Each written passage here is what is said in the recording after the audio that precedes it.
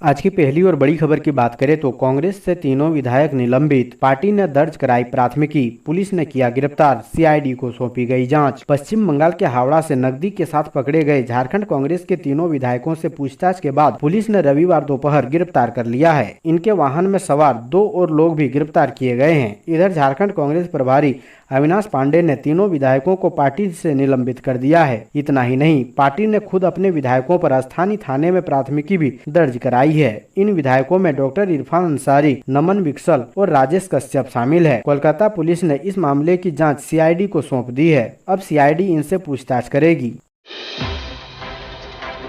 अगली बड़ी खबर की बात करें तो एम्स परिसर में रवि किशन, मनोज तिवारी सहित दर्जनों सांसदों ने किया पौधारोपण। रोटरी क्लब ऑफ देवघर की तरफ से चलाए जा रहे प्रोजेक्ट वसुंधरा के तहत 31 जुलाई को एम्स परिसर में पौधारोपण कार्यक्रम आयोजित किया गया, जहां उत्तर पूर्व दिल्ली के सांसद मनोज तिवारी, गोरखपुर के सांसद रवि किशन, आजमगढ़ के सांसद और भोजपुरी फिल्म स्टार दिनेश लाल यादव उर्फ निरहुआ, छपरा के सांसद राजीव प्रताप रूढ़ी, गोड्डा के स्थानीय सांसद निशिकांत दुबे सहित 1 दर्जन लोकसभा और राज्य सभा सांसदों की मौजूदगी ने सबको अपनी ओर आकर्षित किया। निरहुआ के साथ भोजपुरी फिल्मों के स्टार हीरोइन अम्रपाली भी मौके पर नजर आई। कार्यक्रम में एम्स के director doctor Saurabh Varshney, deputy director Amarendra Kumar सहित कई विभागों के डॉक्टर ने भी शिरकत किया।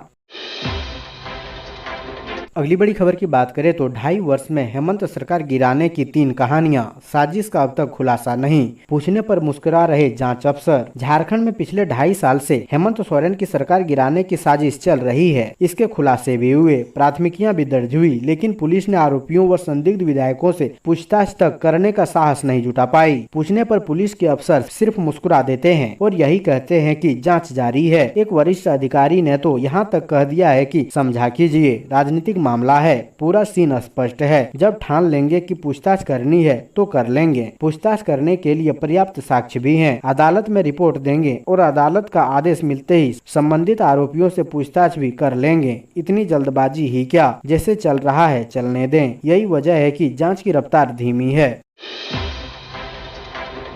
अगली बड़ी खबर की बात करें तो फुरकान अंसारी ने कहा, निलंबन से पहले तीनों से पूछा जाए स्पष्टीकरण। पश्चिम बंगाल में नोट जब्ती के मामले में निलंबन की सूचना पर गोड्डा के पूर्व कांग्रेसी सांसद व डॉक्टर इरफान अंसारी के पिता फुरकान अंसारी ने कहा है कि कार्रवाई से पहले तीनों से स्पष्टीकरण पूछा जाना चाहिए। अगर स्पष्टीकरण में इनका जवाब संतोषजनक नहीं हो तब कार्रवाई होनी चाहिए। फुरकान ने स्पष्ट शब्दों में कहा कि अगर कोई भी विधायक कांग्रेस विरोधी काम करेगा तो उसे बर्दाश्त नहीं किया जाएगा, चाहे उनका पुत्र ही क्यों नहीं हो। इस पूरे मामले की पारदर्शिता व निष्पक्ष तरीके से जांच होनी चाहिए। तीनों विधायक कल जामताड़ा से कोलकाता के लिए रवाना हुए थे। 8 सितंबर को विश्व आदिवासी दिवस पर पहले भी डॉक्टर इरफान महिलाओं के बीच साड़ी बांटते आए हैं। इस बार भी वह साड़ी खरीदने ही कोलकाता गए थे। किसी ने साजिश के तहत बदनाम करने के लिए झारखंड और पश्चिम बंगाल की पुलिस को सूचना देकर तीनों को ट्रैप करवाया है। अगली बड़ी खबर की बात करें तो बाबा वैद्यनाथ की चौखट पर शीश नवाकर लौटे सांसद व अभिनेता। सावन के पावन महीने में दिल्ली देवघर के बीच सीधी विमान सेवा शुरू होने की खुशी देवघर वासियों को ऐसी मिली कि वह कभी नहीं भूल पाएंगे।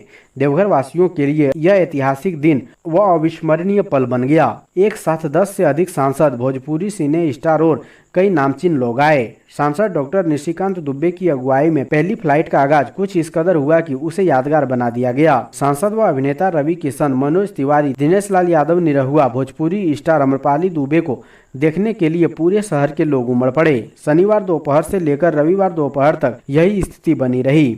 सभी अतिथियों ने बाबा के दरबार में हाजिरी लगाई, रात की श्रृंगार पूजा में बैठे और पूरे मनोभाव से बाबा की इस विशेष पूजा को देखा। चौखट पर शीश नवाया और एक स्वर में कहा, हर हर महादेव, बाबा तेरी महिमा अपरंपार है। शनिवार की दोपहर दिल्ली से देवघर पहुंचे सभी सांसद, अभिनेता अभिनेत्री के साथ सांसद डॉक्टर निशिकांत दुबे वापस लौट गए।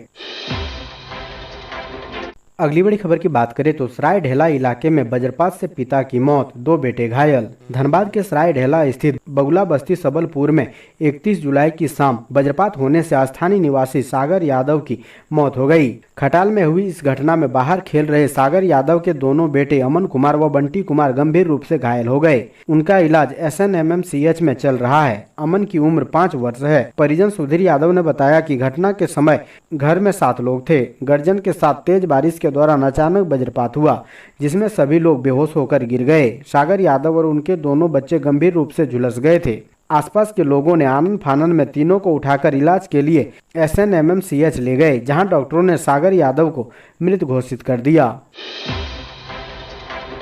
अगली बड़ी खबर की बात करें तो आखिर क्यों सीएम हेमंत बिस्वा शर्मा ने ये कहा, कांग्रेस के नेता मेरे संपर्क में रहते हैं। असम के मुख्यमंत्री हेमंत बिस्वा शर्मा ने रविवार को कहा कि कांग्रेस के साथ लंबे समय तक जुड़े रहने के कारण वह पार्टी के नेताओं के संपर्क में रहते हैं, लेकिन उन्होंने झारखंड की सरकार को गिराने की कथित षड्यंत्र में अपनी भूमिका होने की आरोपों को खारिज कर दिया। पूर्वोत्तर भारत में भारतीय जनता पार्टी के कदावर नेता शर्मा ने कहा कि कांग्रेस के नेता उनके पुराने मित्र हैं और यह बात सभी जानते हैं। उन्होंने पत्रकारों से कहा, कांग्रेस नेता पुराने मित्र होने के नाते मेरे संपर्क में रहते हैं। मैं 20 साल से अधिक समय तक उस पार्टी में रहा हूँ। जब वे यहाँ आते हैं तो मुझसे मिलते हैं, जब मैं नई दिल्ली में होता हूँ तो उनसे मिलता हूँ। शर्मा ने 2015 में कांग्रेस छोड़कर भाजपा का दामन थाम लिया था। कांग्रेस ने दावा किया है कि पश्चिम बंगाल के हावड़ा में भारी मात्रा में नकदी के साथ पकड़े गए झारखंड के उसके 3 विधायक असम के मुख्यमंत्री के संपर्क में थे। अगली बड़ी खबर की बात करें तो ट्रक की चपेट में आने से मोटरसाइकिल सवार युवक की मौत। नवलसाही थाना क्षेत्र अंतर्गत कोडरमा गिरिडीह मुख्य मार्ग स्थित पूर्णाडीह चौक के समीप रविवार को गिट्टी लदे ट्रक की चपेट में आने से मोटरसाइकिल सवार सन्नी कुमार घटना स्थल पर मौत हो गई। वहीं एक अन्य युवक सतीश मोदी पिता सुरेंद्र मोदी गंभीर रूप से घायल हो गया। दोनों ग्राम डोरंडा थाना राजधनवाड़ जिला गिरिडीह का निवासी है। मिली जानकारी के अनुसार मोटरसाइकिल सवार डोमचांच से नवलसाही की ओर जा रहा था। इसी दौरान पूर्णाडीह चौक के पास ट्रक ने उन दोनों को अपनी चपेट में ले लिया।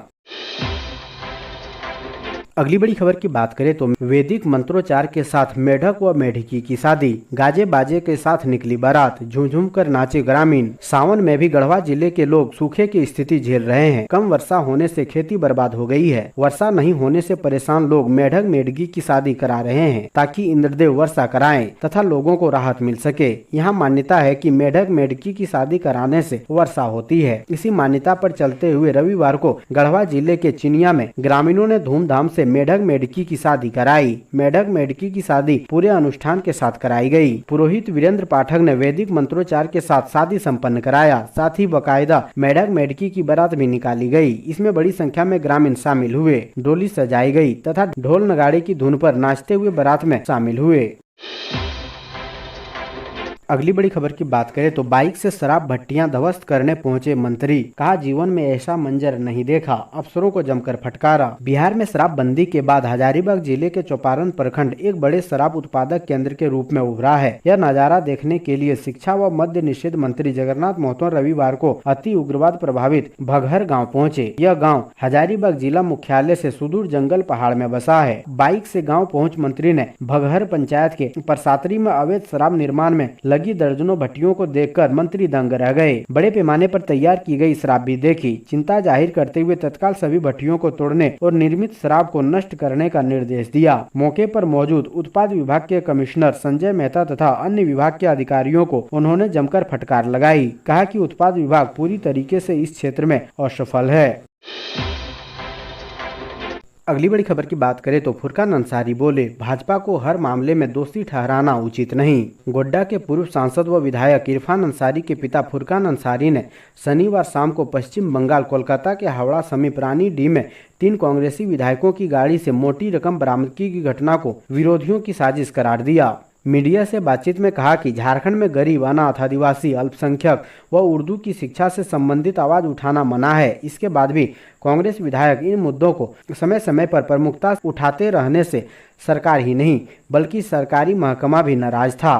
कांग्रेस पार्टी के खिलाफ किसी भी प्रकार के षड्यंत्र को कदापि बर्दाश्त नहीं किया जाएगा। इस घटना में भाजपा वाले का कोई षड्यंत्र नहीं है। वे अपनी पार्टी व गठबंधन के लोगों से कहना चाहते हैं कि भाजपा को दोषी बताकर कितने दिन बचा जा सकता है।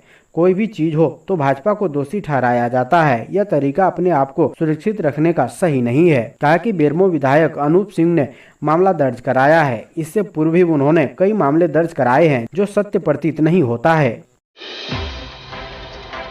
अगली बड़ी खबर की बात करें तो गोइल केरा के सरकारी स्कूल का मामला। बच्चों को नमाज की छुट्टी नहीं देने के आरोप में टीचर को पीटा, अपनी जान को खतरा बताते हुए लगाई सुरक्षा की गुहार। पश्चिमी सिंहभूम जिले के गोइल केरा प्रखंड के सरकारी स्कूल के एक शिक्षक ने आरोप लगाया है कि बच्चों को नमाज पढ़ने की छुट्टी नहीं देने की झूठी आरोप लगाकर स्थानीय झामुमो नेता अकबर खान ने स्कूल में घुसकर बच्चों के सामने पिटाई कर दी। उनका कहना है कि इस मामले में जब तक वह अपनी शिकायत लेकर गोइल केरा थाना में एफआईआर कराने गए तो उच्च स्तरीय दबाव में थाना ने वह शिकायत नहीं ली। शिकायत के 24 घंटे के बाद प्राथमिकी दर्ज की गई। बताया जा रहा है कि पुलिस ने दर्ज प्राथमिकी के लिए दोबारा लिखवाई शिकायत में नमाज सहित अन्य बातों को हटवा दिया। प्राथमिकी में शिक्षक रमेंद्र दुबे ने झामुमो नेता अकबर खान से अपनी जान को खतरा बताते हुए सुरक्षा की गुहार लगाई है। शिक्षक रमेंद्र दुबे ने कहा कि उसे किस गलती के लिए मारा जा रहा है, तो अकबर खान ने कहा कि बच्चों को 11:30 बजे नमाज पढ़ने के लिए छुट्टी क्यों नहीं देते हो। इस पर शिक्षक ने कहा कि उन्होंने कभी भी किसी को नमाज पढ़ने से नहीं रोका है। अकबर खान ने कहा कि सभी बच्चे कह रहे हैं। शिक्षक के अनुसार अकबर खान ने उन्हें जान से मारने की धमकी दी। शिक्षक ने पुलिस से गुहार लगाते हुए कहा कि अकबर खान से उनके और उनके परिवार की रक्षा की जाए।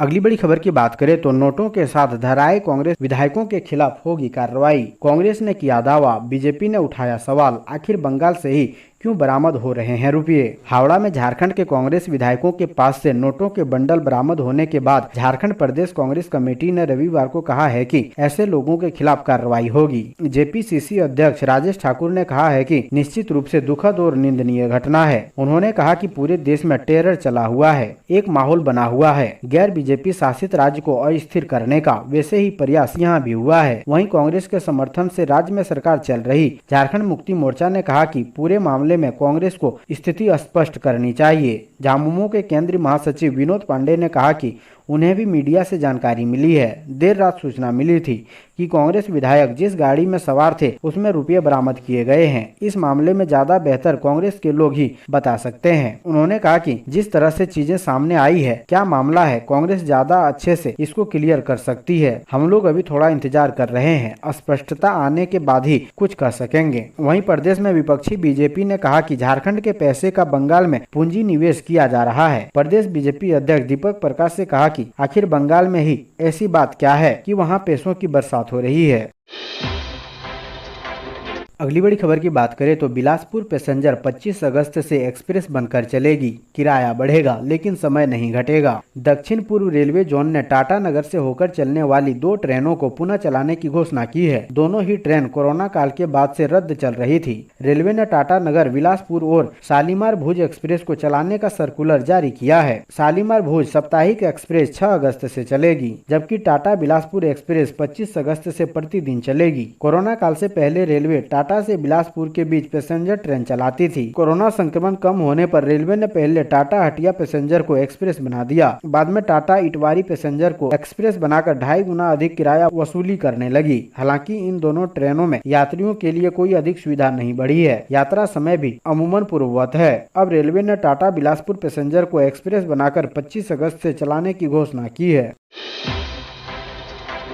अगली बड़ी खबर की बात करें तो पूर्व सीएम रघुवर दास की बढ़ी मुश्किलें। मोमेंटम झारखंड की जांच करेगी सीआईडी। हेमंत सोरेन ने जारी किया आदेश। बहुचर्चित मोमेंटम झारखंड में वित्तीय अनियमितता के आरोप की जांच की जिम्मेदारी अपराध अनुसंधान विभाग यानी सीआईडी को दे दी गई है। मुख्यमंत्री हेमंत सोरेन की सहमति के बाद गृह कारा एवं आपदा प्रबंधन विभाग ने इससे संबंधित आदेश जारी कर दिया है। आदेश की कॉपी उद्योग विभाग के प्रधान सचिव व डीजीपी को भी भेज दी गई है। आदेश में सीआईडी को momentum Jharkhand global investor summit 2017 के दौरान हुए व्यय की जांच गहनता से कराने को कहा गया है। सरकार को संदेह है कि मोमेंटम झारखंड के आयोजन में गंभीर वित्तीय अनियमितता बरती गई है। उद्योग विभाग ने ही सीआईडी से जांच कराने से संबंधित प्रस्ताव मुख्यमंत्री को दिया था। पूर्व में मुख्यमंत्री ने संबंधित मामले की जांच भ्रष्टाचार निरोधक ब्यूरो से कराने की घोषणा की थी, जिस पर विचार विमर्श हुआ और इसकी तकनीकी पहलुओं की जानकारी ली गई। इसके बाद उद्योग विभाग ने पूरे मामले की जांच सीआईडी से कराने का विचार किया था, जिस पर बतौर उद्योग मंत्री के तौर पर मुख्यमंत्री ने अपनी स्वीकृति दे डाली।